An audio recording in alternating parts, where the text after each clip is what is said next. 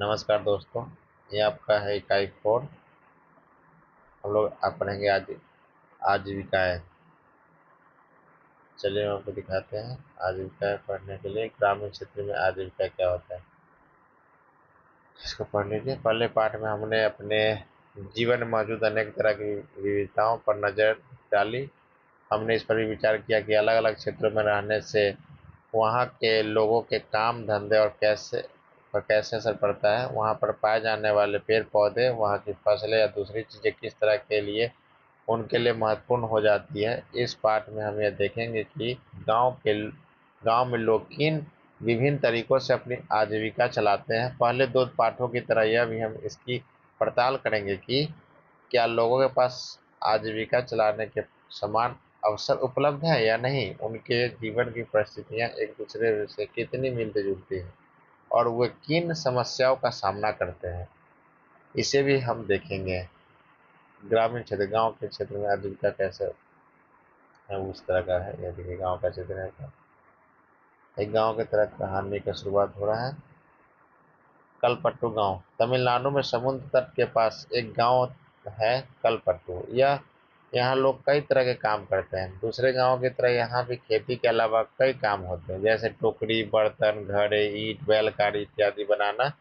कलपट्टू में कुछ लोग नर्स, शिक्षक, धोबी, बुनकर, नाई, साइकिल ठीक करने वाले और लोहार के रूप में अपनी सेवाएं देते हैं।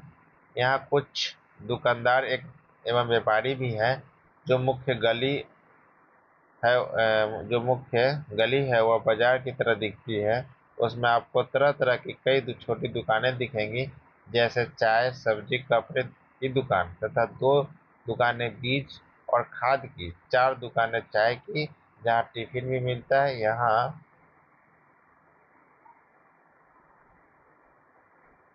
टिफिन का मतलब है खाने पीने का हल्की फुल्की चीजें, जैसे सुबह इडली, डोसा, उपमा मिलता है और शाम के नाश्ते में बड़ा पौंडा व मैसूर पाक मिलता है। चाय की दुकानों के पास एक कोने में एक लोहार का परिवार रहता है। उसके घर में ही लोहे की चीज बनाने का काम होता है। बगल में साइकिल की मरम्मत की दुकान है, वहाँ साइकिल किराए पर भी मिलता है। गांव में दो परिवार कपड़े धोकर अपनी आजीविका चलाते हैं। कुछ लोग पास के शहर में जाकर मकान बनाने और लॉन्ड्री चलाने का काम करते हैं।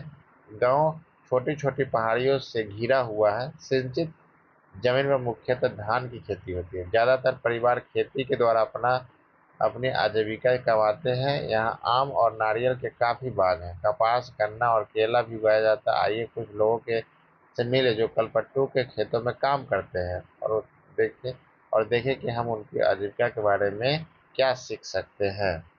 धान की रोपाई है। कमर तोड़ कमर तोड़ काम होता है। तुलसी, हम सब यहाँ रामलिंगम की जमीन पर काम करते हैं। उसके परिवार के पास कलपट्टू में 20 एकड़ धान के खेत है। शादी से पहले भी मैं मायके में धान के खेतों में मजदूरी करती थी। यहाँ मैं सुबह 8:30 से शाम 4:30 तक काम करती हूँ। रामलिंगम की पत्नी करुथम्मा काम की निगरानी करती है। साल में कुछ ही मौके साल में कुछ ही मौके ऐसे होते हैं जब मुझे नियमित रूप से मजदूरी मिलती है। यह उन मौके में से एक है। मैं धान रोप रही हूँ। जब धान की फसल थोड़ी बढ़ जाएगी तो रामलिंगम हमें निराई के लिए और बाद में कटाई के लिए बुलाएगा। जब मैं कम उम्र की थी तो निराई कटाई का काम आसानी से कर लेती थी, लेकिन अब जैसे जैसे उम्र हो रही है मुझे झुककर काम करने और देर तक पानी में पैर डुबो रहने में तकलीफ होती है। रामलिंगम एक दिन का 40 रुपया मजदूरी देता है। मेरे गांव में मजदूरी के रेट से यह थोड़ा कम है, फिर भी मैं मजदूरी के लिए यही आती हूँ। रामलिंगम पर मुझे भरोसा है कि काम होने पर वह मुझे ही बुलाएगा। बाकी लोगों की तरह वह आस पड़ोस के गांव में सस्ते मजदूर ढूंढने नहीं जाता है। मेरा पति रमन भी एक मजदूर है। हमारे पास कोई जमीन नहीं है। साल के इन महीनों में हम वह खेतों में कीड़ों की दवाई छिड़कता है। जब खेतों में कोई काम नहीं मिलता तो उस उसे पास की खान से पत्थर या नदी से बालू ढोने का काम मिल जाता है। ये पत्थर और बालू पास के शहरों में मकान बनाने के लिए ट्रक से ले जाते जाते हैं। खेत में काम करने के अलग अलावा मैं घर का सारा काम करती हूँ। मैं घर में सबके लिए खाना बनाती हूँ, कपड़े धोती हूँ, सफाई करती हूँ, दूसरी औरतों के साथ जाकर जंगल से लकड़ी भी लाती हूँ। गांव से करीब 1 किलोमीटर दूर बोरवेल है जहाँ से पानी लेकर आती हूँ। मेरा पति घर का सामान जैसे साग सब्जी खरीद में मेरी मदद करती है। बोरवेल जैसे कुआं जैसा होता है, पतला सा, जिसमें से आप पानी काट सकते हैं। ये आपका देखिए सीजन है जो कटाई निराई रुपाई का जो दिया हुआ है। हमारी दो बेटियां हमारे जीवन की खुशी हैं जो दोनों ही स्कूल जाती है। पिछले साल एक बेटी बीमार पड़ गई थी तो उसे शहर के अस्पताल ले जाना पड़ा। हमने उसके इलाज के लिए रामलिंगम से उधार लिया था और उस उधार को चुकाने के लिए हमें अपनी गाय बेचनी पड़ी। जैसा कि आपने तुलसी एक मिनट गाय बेचनी पड़ी जैसा कि आपने तुलसी कहानी में पढ़ा, ग्रामीण इलाकों में गरीब परिवारों का बहुत सारा समय पानी और जलावन की लकड़ी लाने एवं जानवर चराने में बीतता है। इन कामों से कोई पैसा नहीं मिलता, लेकिन गरीब परिवार में ये काम बहुत महत्वपूर्ण हो जाते हैं। वह मजदूरी से वह मजदूरी से जो थोड़ा सा पैसा कमाते हैं उससे गुजारा नहीं होता। घर चलाने और जिंदगी बसर करने के लिए इन कामों को करना पड़ता है। हमारे देश के ग्रामीण परिवारों में से करीब 40% खेतिहर मजदूर हैं। कुछ के पास जमीन के छोटे छोटे टुकड़े हैं, बाकी तुलसी की तरह भूमिहीन हैं। कई बार जब पूरे साल उन्हें काम नहीं मिल पाता तो वह मजबूरन काम की खोज में उन्हें दूर दराज के इलाकों में जाना पड़ता है। इस तरह का पलायन कुछ विशेष मौसमों में ही होता है। देखिए शेखर, हमें यह धान अपने घर लेकर जाना है। मेरे परिवार ने अभी अभी फसलों की कटाई पूरी की है। हमारे पास बस 2 एकड़ जमीन है। हम अपने खेत का सारा काम खुद ही कर लेते हैं। मैं कई बार कटाई के समय दूसरे छोटे किसानों की मदद ले लेता हूँ और बदले में उनके खेतों में कटाई करवा देता हूँ। व्यापारी मुझे उधार पर बीज और खाद देता है। इसे चुकाने के लिए मुझे थोड़े थोड़े कम दामों पर धान बेचना पड़ता है। अगर बाजार में बेचूं तो ज़्यादा पैसे मिल जाएंगे, लेकिन मुझे उधार भी तो चुकाना है। व्यापारी ने किसानों को याद दिलाने के लिए अपना एजेंट भेजा है कि जिन किसानों ने उधार लिया हुए उसी को अपना धान बेचेंगे। मुझे अपने खेत से 60 बोरी धान मिलेगा।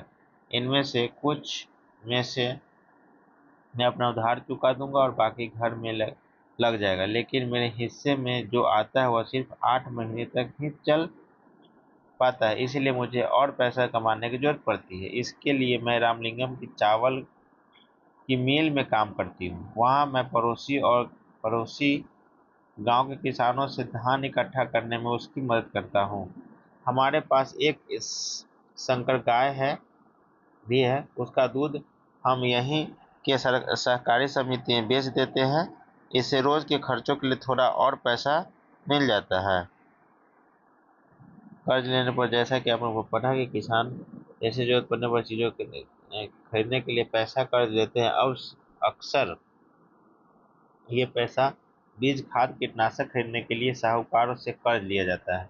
अगर बीज अच्छी किस्म के नहीं होते तो फसल को कीड़ा लग जाता है तो पूरी फसल बर्बाद हो जाती है। बारिश पूरी नहीं होने पर ही फसल खराब हो सकती है। ऐसी स्थिति में किसान अपना उधार नहीं चुका पाते हैं। कई बार परिवार चलाने के लिए उन्हें और पैसा कर्ज के तौर पर लेना पड़ता है। जल्द ही कर्ज इतना बढ़ जाता है कि किसान कितना भी कमा ले वह उसे चुका नहीं पाता। इस स्थिति में कहते हैं कि किसान कर्ज तले दब गया। पिछले कुछ सालों में यह किसानों की विपदा का मुख्य कारण बन गया है। कई क्षेत्रों में किसानों ने कर्ज के बोझ से दबकर आत्महत्या तक कर ली है। समझिए कि जब कोई व्यक्ति साल भर मेहनत करता है और उससे पैसा भी जब किसी से व्यक्ति से लेता है तो समझ लीजिए, इस बात को एग्जाम्पल दे रहे हैं, तो उसी जिससे पैसा ले रहा है कर्ज में उसी को धान बेचना है। अगर उसको नहीं धान बेचते हैं तो आपको अगली बार से कर्ज भी नहीं मिलेगा, कुछ नहीं मिलेगा। इसलिए 2 पैसा ज़्यादा भी नहीं कमा सकता है। वो अपने जो मालिक होंगे उनको ही धान बेचना पड़ता है या गेहूँ कुछ भी हो। रामलिंगम और कड़थम्मा। जमीन के अलावा रामलिंगम परिवार के पास एक चावल की मिल और बीज व कीटनाशक बेचने के लिए एक दुकान है। चावल की मिल में उन्होंने कुछ अपना पैसा लगाया और थोड़ा सरकारी बैंक से कर्ज लिया था। वे कलपट्टू और आसपास के गांवों से ही धान खरीदते हैं। मिल के चावल आसपास के शहरों के व्यापारियों को बेचा जाता है। इससे उनकी अच्छी खासी कमाई हो जाती है। भारतीय खेतिहर मजदूर और किसान के बारे में है। कलपट्टू गांव में तुलसी की तरह के खेतिहर मजदूर हैं, शेखर की तरह छोटे किसान हैं और रामलिंगम जैसे बड़े किसान हैं। भारत में प्रत्येक गांव भारत में प्रत्येक 5 ग्रामीण परिवारों में से लगभग 2 परिवार खेतिहर मजदूर के हैं। ऐसे सभी परिवार अपनी कमाई के लिए दूसरों के खेतों में निर्भर रहते हैं। इनमें से कई भूमिहीन हैं और कईयों के पास जमीन के छोटे छोटे टुकड़े हैं। शेखर और छोटे किसानों को ले तो उनकी जरूरतों के हिसाब से खेत बहुत ही छोटे पड़ते हैं। भारत के 80% किसानों का यही हालात हालत है। भारत में केवल 20% किसान रामलिंगम जैसे बड़े किसानों की श्रेणी में आते हैं। ऐसे किसान गांव की अधिकतर जमीन पर खेती करते हैं। उनकी उपज का बहुत बड़ा भाग बाजार में बेचा जाता है। कई बड़े किसानों ने अन्य काम धंधे भी शुरू कर दिए हैं, जैसे दुकान चलाना, सूद पर पैसा देना, छोटी छोटी फैक्ट्रियां चलाना इत्यादि। हमने कलपट्टू में होने वाली खेती के बारे में पढ़ा। ग्रामीण क्षेत्रों में खेती के साथ साथ लोग जंगल की उपज और पशुओं के आदि पर भी निर्भर रहते हैं। उदाहरण के लिए मध्य भारत के कुछ गांवों में खेती और जंगल की उपज दोनों आजीविका के महत्वपूर्ण साधन है।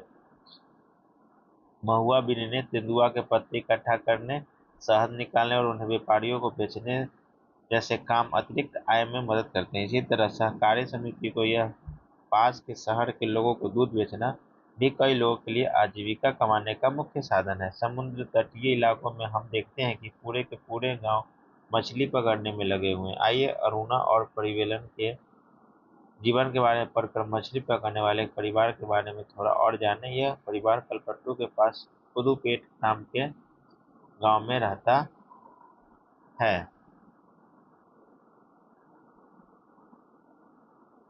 यहाँ देखिए क्या है, नागालैंड की सीडो नुमा खेती। यह एक गांव है जिसका नाम चिजामी है। यह एक नागालैंड के फेक जिले में है। इस गांव में रहने वाले लोग चकेशंग समुदाय के हैं और सीढ़ी नुमा खेती करते हैं। इसका मतलब है कि पहाड़ी की ढलाऊ जमीन को छोटे छोटे सपाट टुकड़ों में बांटा जाता है और उस जमीन को सीढ़ियों के रूप में बदला जाता है।